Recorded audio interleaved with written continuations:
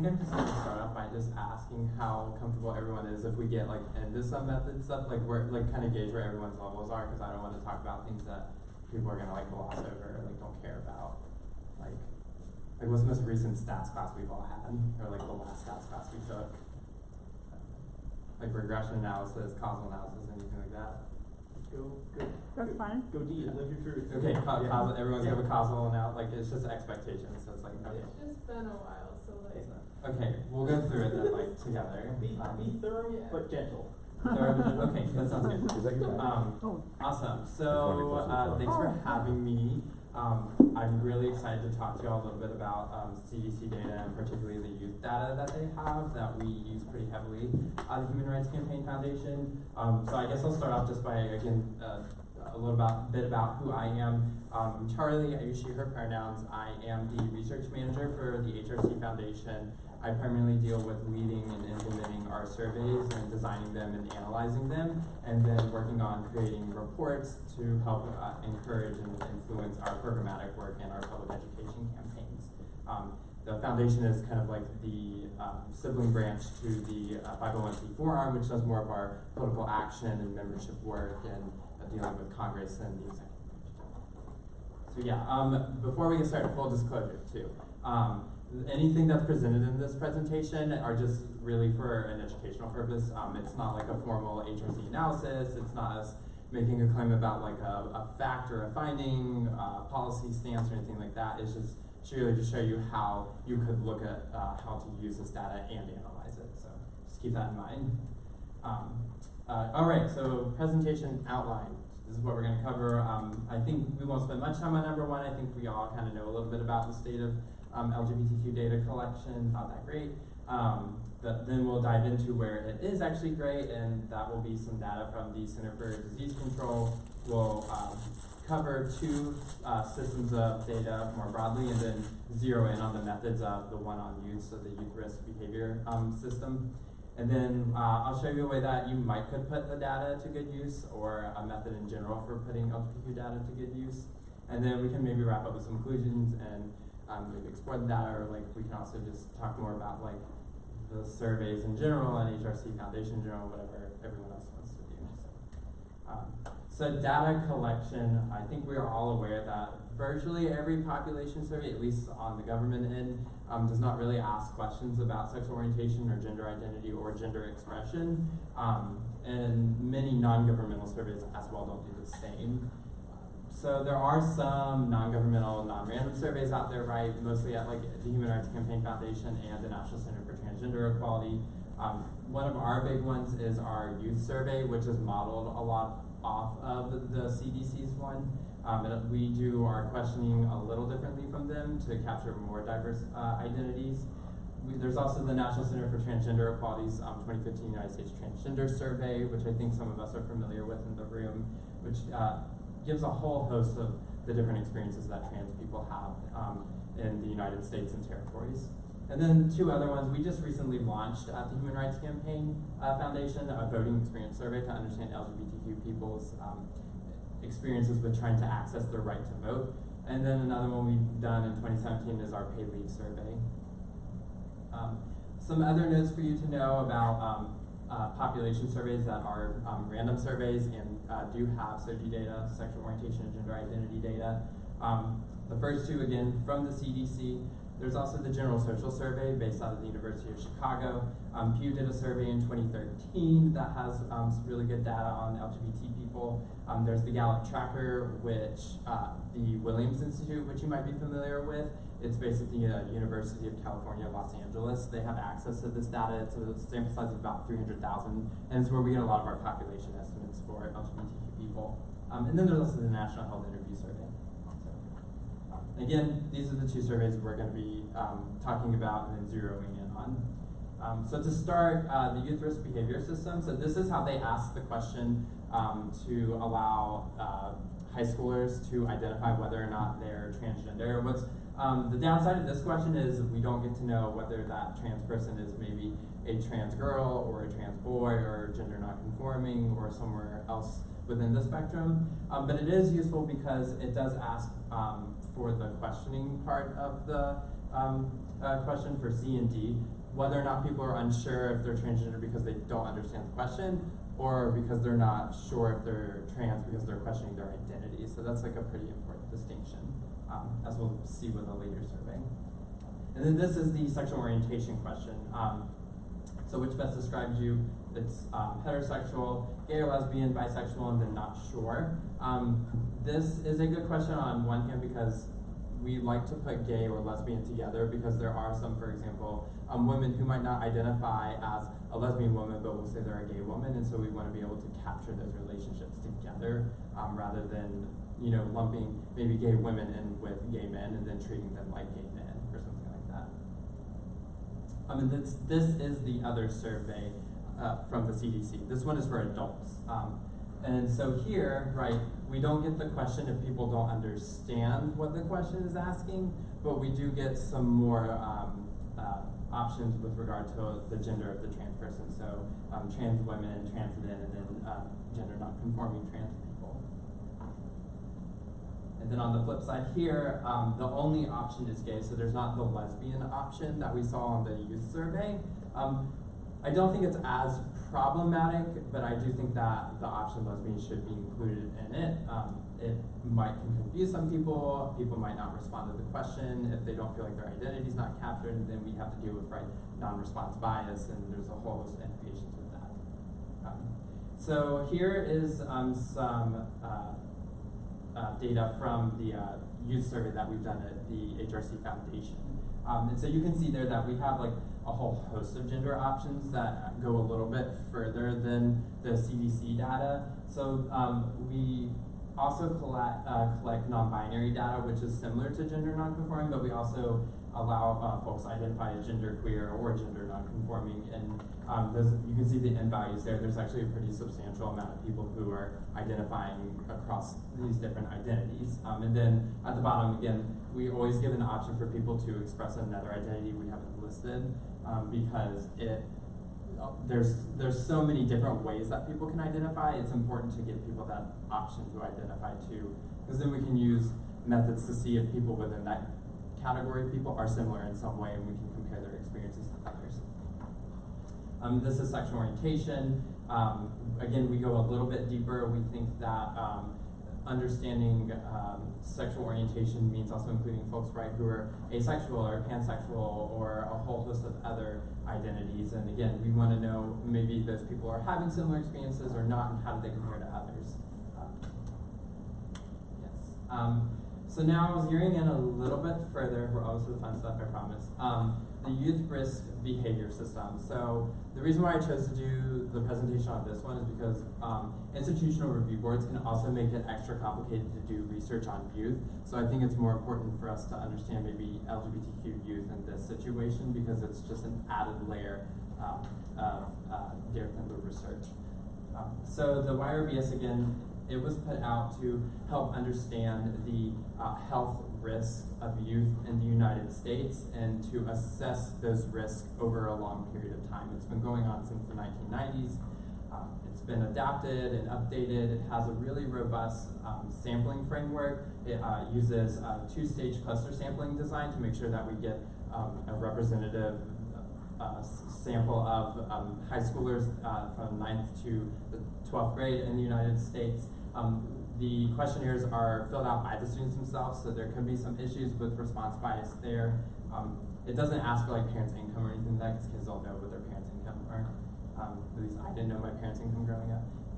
And then there's also weights to help account for any demographic skews or non-response biases, etc. LGBTQ data, finally the fun stuff. So since 2015, the youth survey has collected data on sexual orientation. And then in 2017, the government allowed certain states that received certain levels of funding, it's very convoluted, to pilot a question for gender identity. And so it's roughly about 19, I think, states in large districts, for example, like the Queens and the Bronx. There's a district in Florida, I can't remember the name of it. So they piloted the question on transgender youth identity. There's also some gender expression data. And so we're gonna move into how we could put that data to good use in a methodological framework. And I'm happy to also share these slides with anyone. So the data set, because it was made in the 1990s, is really old and really arcane to open. It makes me cringe every time I go to open it, but I guess it's just part of a government survey. So the easiest way to do this, so this is a picture of the CDC's data documentation website. So when you get to that website and you want to open it up, you're going to scroll down a little bit to this page right here. If you want to get access to the LGBTQ data, if I'm correct, at least this is how we do it, you need to get the state level data and combine those two data sets, because the questions are asked on a state basis, so they won't appear in the national data set. Also, you don't want to combine the district data with the state data, because there may be some folks in the districts that overlap in the states, and you'll have duplicate responses, and that's going to cause you some analytical issues. So once you download these A through M and N through Z data sets, you're going to want to open that SPSS syntax. This is the easiest way I have found to do it. It has instructions in it on where you're going to copy and paste certain links and everything. And once you follow those instructions, it'll open up the data in SPSS. And what I like to do is, because I prefer Stata, I'm a Stata snob, I will save the data that's in SPSS as a Stata file both times, and then I will append the N through Z file into the A through M file, so that it'll give me the entire country of data in one set. And then I keep the entire data for 2017, because that's the only year where you're going to have all of the LGBTQ data. So how do we put it to good use? So a topic that's really important for the LGBT community that HRC Foundation has a program on is the HIV and Health Equity Program. So I thought we would talk about HIV risk in LGBTQ youth to kind of understand. So HIV status has been linked with risks such as having condomless sex or using alcohol and drugs during sex.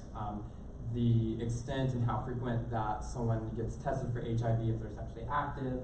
And an added layer to that is that there's a whole other host of factors that influence those risk behaviors too, such as having sex education relevant to your identity, feeling connected to your family or your school in general. So there's questions about whether or not a youth is feeling hopeless or sad about like their prospects, right? Socioeconomics, demographics, and then the big question is, does LGBTQ identity have any influence in that? And what is like the sole isolated effect that LGBTQ identity does have on that? So, we're all familiar, I'm sure, with randomized control trials. So if we have a variable, right, this thing that we want to consider a treatment, if we randomly assign it to half of the people and then to not half of the people, right, those people are going to look similar across a whole host of factors because we randomly assigned it.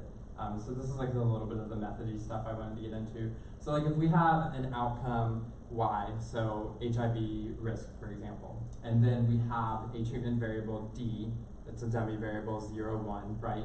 And 1 means you're LGBTQ, and 0 means you're not. Well, in theory, if that identity were randomly assigned, we would then see that any selection bias or any type of other factor that could influence HIV risk, right, would cancel out, and we would be left with just the effect of LGBTQ identity. Newsflash, LGBTQ identity isn't randomly assigned. So what do? We can use matching techniques, which is like one of my favorite things to do with the YRBS data to balance on a whole host of different covariates to get an isolated effect for LGBTQ identity. So I went ahead and did some pre-matching balance. So the first thing that you would want to do is like look at like averages between LGBTQ and non-LGBTQ people. And so here we have like how many LGBTQ versus non-LGBTQ, that's a mouthful, isn't it, are people of color or have mostly A and B grades. What grade are they in? Have they had same-sex relationships? Were they using drugs or alcohol at an early age?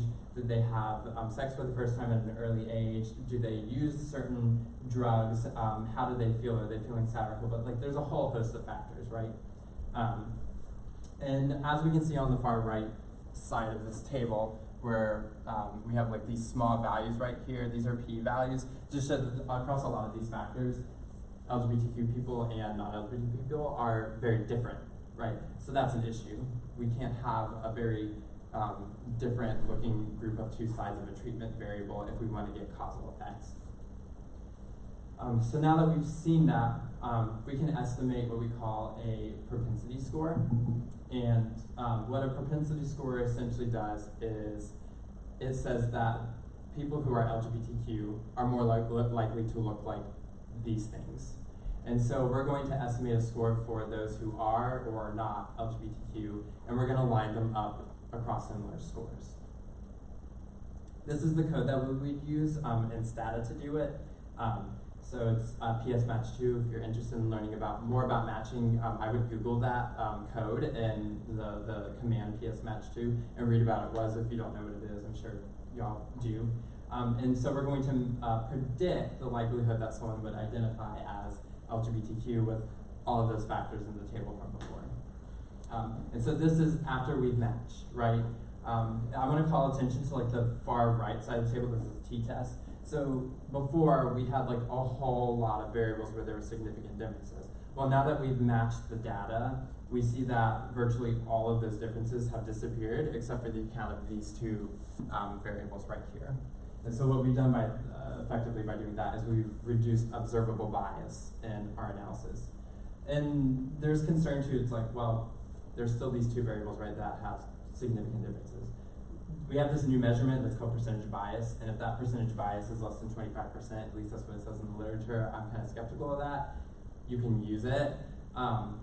Take it with a grain of salt, right? Like, make your own decisions and your own conclusions. But point factor being, we've reduced bias by making our comparison groups similar. So, back to our original question, right? We looked at an outcome variable for using condoms the last time that the youth had sex, right? And before matching, the observed difference was about 9%. So LGBTQ people were 9% less likely than non-LGBTQ people to have used a condom. Well, after matching, we see that difference decreases to 4%. And so, like, I think y'all are all thinking, you're like, oh, the difference dropped. Is that like a bad thing? Is that a good thing? Well, I think it's for a few reasons. In this example, is that we're getting a more accurate, right, estimate of what solely LGBTQ identity is having on condom use, but also we're also lumping everyone together. And so I want to like make a couple more points before we like wrap up the presentation. So like the first one is that it's not just matching, it's also matching and regression, and like use a whole host of things to try and understand the question that you're asking. And then two, I went ahead and like did the matching on all of those separate groups so that people could see what it would turn out to be. And we see that for gay and lesbian folks as well as transgender folks, that the difference is 9% and 7%. And then that the reason why the result was probably tugged down to 4% was because of folks who were bisexual or questioning their identity. So that's just a little snippet of how you can use YRBS data. Thanks for sticking that out with me. I know that was a lot of information. I can take questions if anyone wants to ask any, or we can talk about HRC, whatever anyone wants to do.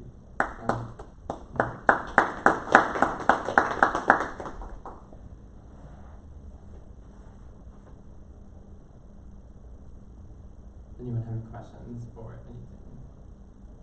No. Let me sure.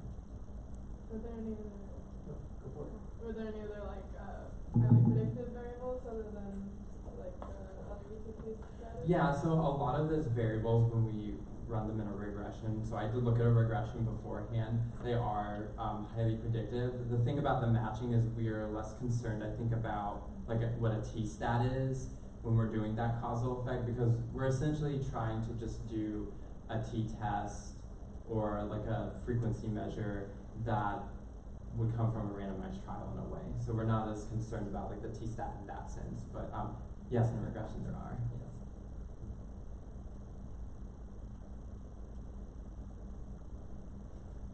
You look like you have one.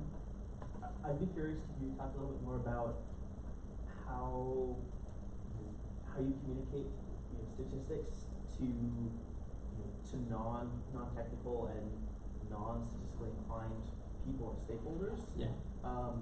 Especially if you give them the level of transparency to see, this is the raw difference, this is the actual statistical difference.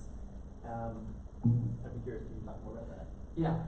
So a lot of what we do at HRC Foundation is we'll do a lot of the in-depth analysis, and then when we create public education products for folks that are not data people as us, we'll break it down. We usually like to try and do 2-pagers.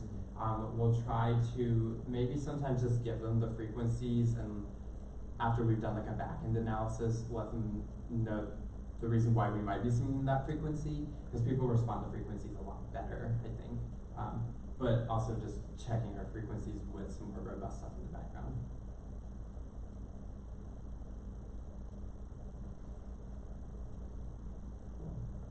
Any other questions? Thank you. Yeah, no problem.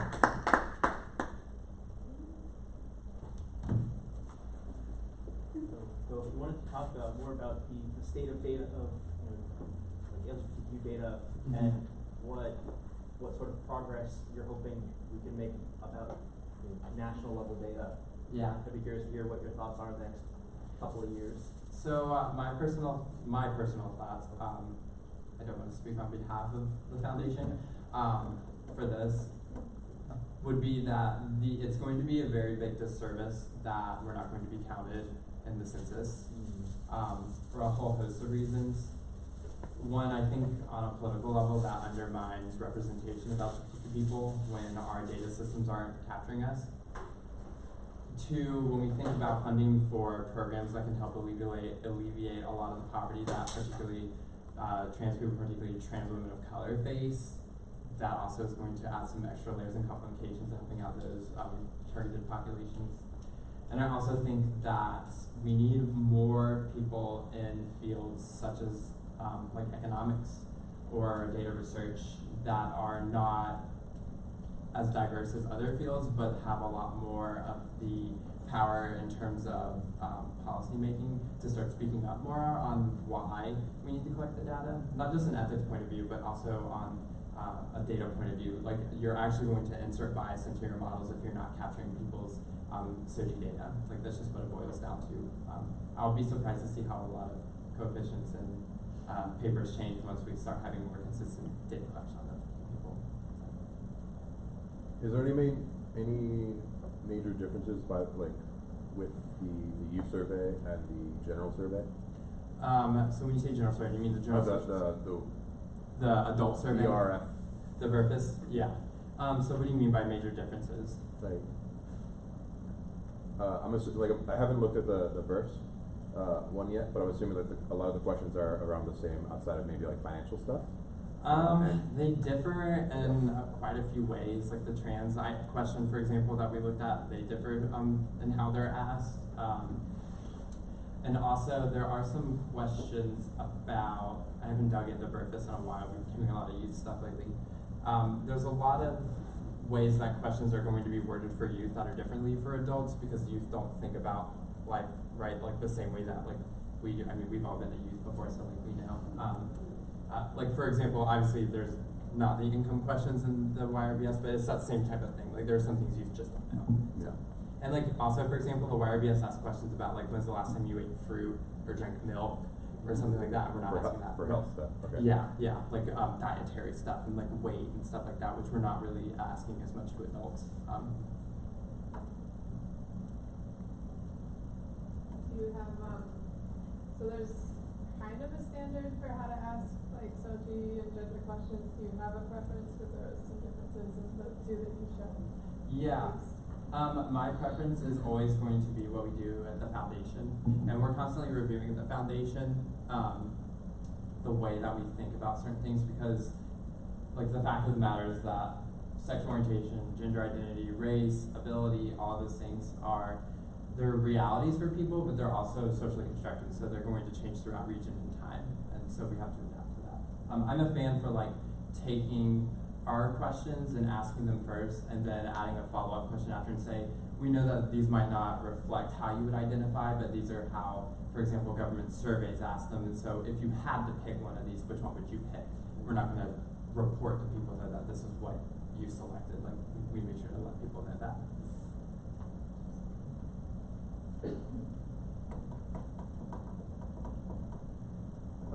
And you also mentioned that in certain states that it's like it's very much regional, like so there's scarcity and all that stuff. Yeah. Is there any like particularly difficult one to like kind of like resample or like re-spread it out? How do you approach it? So, like, are you saying that when there's difficulty in getting responses from the state? Or I may have misunderstood, but I know that like there's different funding levels at different states. Yeah, For certain, yeah. certain people just don't have. You just don't have data in certain regions. A lot of it, there are certain states that are more likely to not want to ask the questions. I'm not going to say what the states are. But they're very similar across some things. They might not be as friendly, they might not have as better laws for LGBTQ people, stuff like that. But I'd have to reread again. If I'm understanding correctly, the reason why certain states are asking it is because they have an arrangement. So it's a state administered survey. They have an arrangement with the government where if they ask certain questions, they get funding from the government, so they take that funding. So there's states that are not taking that funding because they're like, we're not asking certain questions because we're not into that. So, yeah. Which again is irresponsible in my opinion. So, in my personal opinion. Does that answer your question? Yeah. Okay. In some of the surveys that HRC does, which is awesome because we need more data, is there a lot of collaboration between like other, so I know there's like Trevor Projects putting out a youth survey, like how much collaboration is there across? So HRC Foundation collaborates. It depends on like how things fall and like timing, because like nonprofits are always working and moving and going at 1,000 miles per hour, and everything's always on fire and stuff like that. So it depends. So like for example, our youth survey, we partner with Dr. Ryan Watson at the University of Connecticut. We did an adoption survey. We partnered with Dr. Abby Goldberg at Clark University. And that, for example, that adoption survey is about perceptions of how easy or friendly it is to adopt as an LGBTQ family in the United States. We're working on our voting survey that we're doing now. We didn't partner with anyone. We didn't partner with anyone on the survey, but we just announced a couple days ago that the Human Rights Campaign is partnering with Stacey Abrams' group Fair Fight to do some work on voting rights and stuff like that. So, yeah. And I think they're going to be doing a survey on the C4 side, but I'm sure they will be reading our report on the C3 side.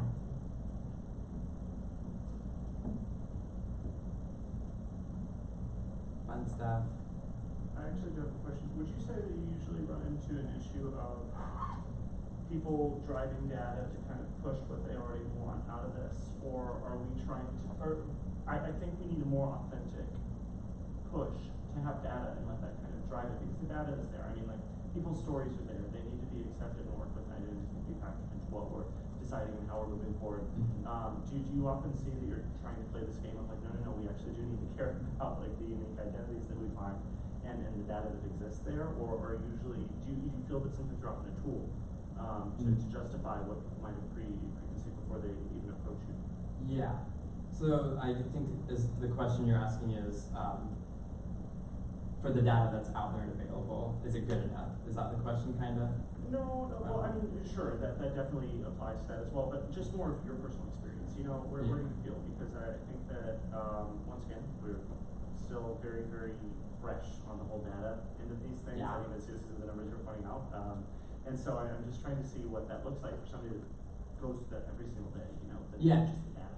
So yeah, my views on it are this, is that we have data out there and we can use those data to help us understand what we already know. Like, I think any LGBTQ person in general, right, is going to know that there are certain experiences that they're going to have that are different from people who aren't, and right, but it's always helpful, especially like because funding is also a thing too. I think that that's one of those variables that you can't ignore too. They want to see some of that research as well. And research also, like, when you can throw a stat up there that says something, it can drive a narrative home, right? I do think though that research is always something that improves. It's something that always grows, and you're always adding to a conversation. So while we do have data that is available, we need more of that, and then we need to do better with that as well. Like, and keep asking better questions and make sure that we're not, you know, collapsing people into one variable together who actually should be three separate groups because they have distinct experiences, right? So, yeah. Does that answer your question? Yeah. Okay.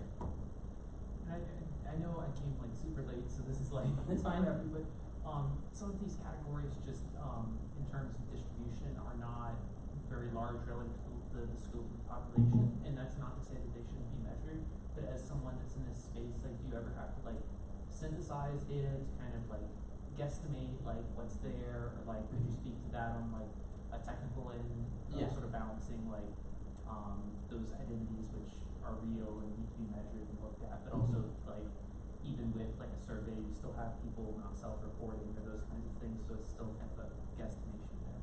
Yeah. So I'll tackle the kind of like that first piece about like having small frequencies and stuff. So one, we're fortunate enough that in these two particular surveys, like hundreds of thousands of people responding to them. Two, the reason why they're lower here is because only half of the country is asking questions. So like, there's a lot more room to grow in that. If we had, in my view, better leadership on the federal level, that would, and at the state level too, we could get that data better.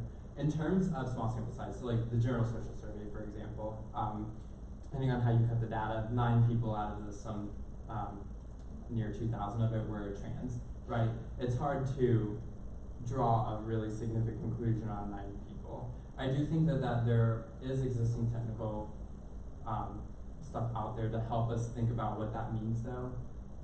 Trans people we have reliable estimates from the Williams Institute, right? They're roughly about 0.6% of the population. When we're dealing with people who are such a small proportion of the population, sometimes having a smaller sample size is okay. And when we think about really hard to reach populations, so for example, there's a lot of work around the decriminalization of transactional sex work, right? That's particularly an issue important to trans women, specifically trans women of color. Trans women of color who engage in transactional sex work are a small percentage of the population. So having about 500 of them is still something insightful to know, right? So that's about how I feel on it. And also questioning to the developments of statistics in the discipline and the roots of it and everything, and how, you know, the type of people who have developed a lot of math theory and everything, how some identities have been left out of that, and what implications that might have in the way we understand some of the traditional theories and concepts and laws about statistics. So, yeah. Just on a technical note, I was working with some data on youth poverty in DC and the margin of, and that's like a big population, right? Some of the world Right. like 50% youth living in poverty under 18, and it was still like 10% or 15% margin of error, so that's like hundreds of thousands of people and still like, Right. You know, so. Exactly. I think that's also why mixed methods are useful too. Again, for example, trans youth in particular is only about 150,000 in the country. That's such a small percentage of people that, even though we have a big margin of error, those experiences, I would argue, we're probably capturing them correctly, even with a small sample size. So. And you mentioned something earlier on that I've actually never really thought about until you actually brought it up. The idea of like, I don't know, as a response to both the transgender and the sexuality questions. Like, do you have any more thoughts on that you would dig into? Because I just thinking about that as a research question is interesting in its own right. Yeah, so questioning data is very unreliable right now, I think. I mean, the YRBS does an okay job, like, it's better than the BRFIS, right? BRFIS doesn't even ask it. I think that we need to have more follow-up questions after it. So, like, if someone answers the trans question and they're like, I'm not sure if I'm transgender, and versus, I don't understand what the question's asking, right? Follow up from those answers and say, okay, this is what transgender is. Do you identify as that? And if they're like, again, well, I'm not really sure, it's like, okay, well, are you like questioning this part about your identity or whatever that may be? It also is going to relate to the research question, because you're going to fatigue people with like a lot of questions. So right. If you want to like maybe someone needs to do a study specifically on questioning identity development and ask questions like that and make that the sole focus of the survey, or maybe we just need a pilot to like understand. So.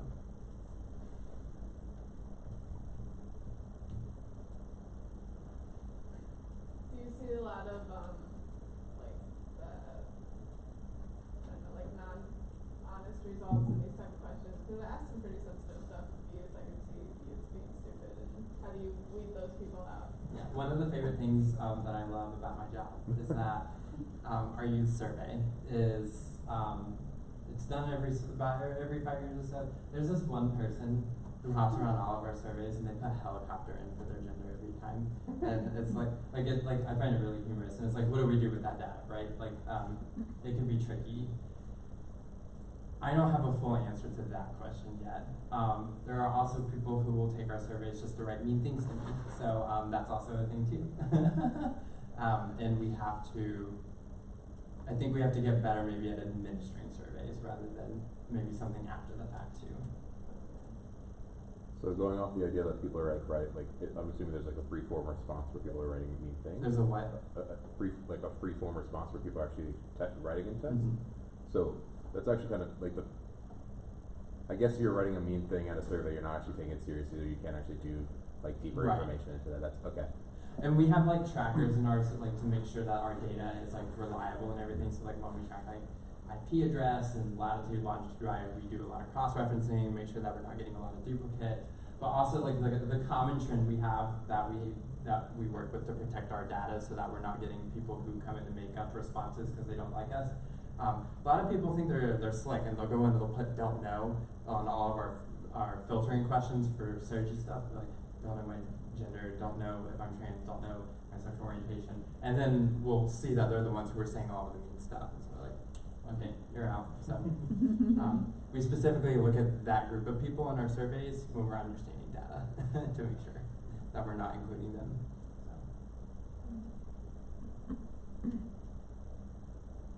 All that fun stuff. What are you excited to do in like when you get multiple waves with this? Because I assume they're gonna keep The youth asking. survey? Yeah. We're gonna be on our third wave. I think they're gearing up. We don't have like a set plan yet. Like the director of the Children, Youth and Families program has talked about like we're probably gonna start gearing up to do one in 2021. I don't want to like announce that. That's not a public announcement though. And what we're looking to do with this next one is ask more follow-up questions on areas of probably more concern to us, and try to like tap into some of the stuff maybe that YRBS isn't getting into. So, but no official things on that yet. We're kind of more focused right now on our voting survey and how we're going to set up a foundation to start maybe doing that work. So.